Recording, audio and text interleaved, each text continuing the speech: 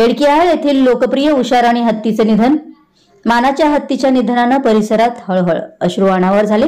हत्तीच्या अंत्यदर्शनासाठी गर्दीचा महापूर। निपाणी तालुक्यातील बेडकिहाळ येथील पाटील मळ्यात उषाराणी हा मानाचा हत्ती गेल्या अनेक वर्षापासून वास्तव्यास होता।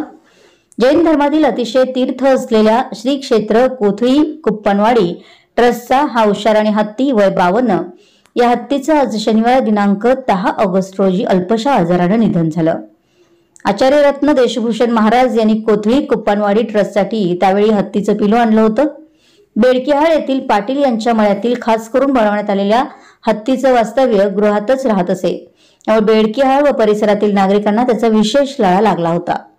उषाराणीच्या निधनाची बातमी कळताच बेडकिहाळ, शमनेवाडी, चांदशिरदवाड, बोरगाव व कोथळी कुप्पनवाडी परिसरातील नागरिक तसेच महिला उषाराणीचं अंत्यदर्शन घेण्यासाठी गर्दी केली होती।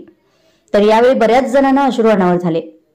यावेळी नांदणी मठाचे परमपूज्य जिनसेन भट्टारक भट्टाचार्य महास्वामीजी यांनी उपस्थित राहून श्रद्धांजली वाहिली। त्याचबरोबर उपस्थित उषाराणीच्या पार्थिवावर पुष्पहार अर्पण करून श्रद्धांजली वाहिली। माहूत बासू लक्ष्मीश्वर हे करत होते।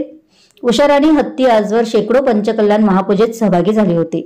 तर बेडकिहाळचे ग्रामदैवत श्री सिद्धेश्वराच्या वर्षातून होत असलेल्या तिन्ही पालखी सोहळ्यात सहभागी होऊन पालखीस पुष्पहार अर्पण करून मानवंदना देत असे। उषाराणी हत्तीनं शेकडो पंचकल्याण महापूजेसह बऱ्याच धार्मिक कार्यक्रमांसह इतर कार्यक्रमात सहभागी होती।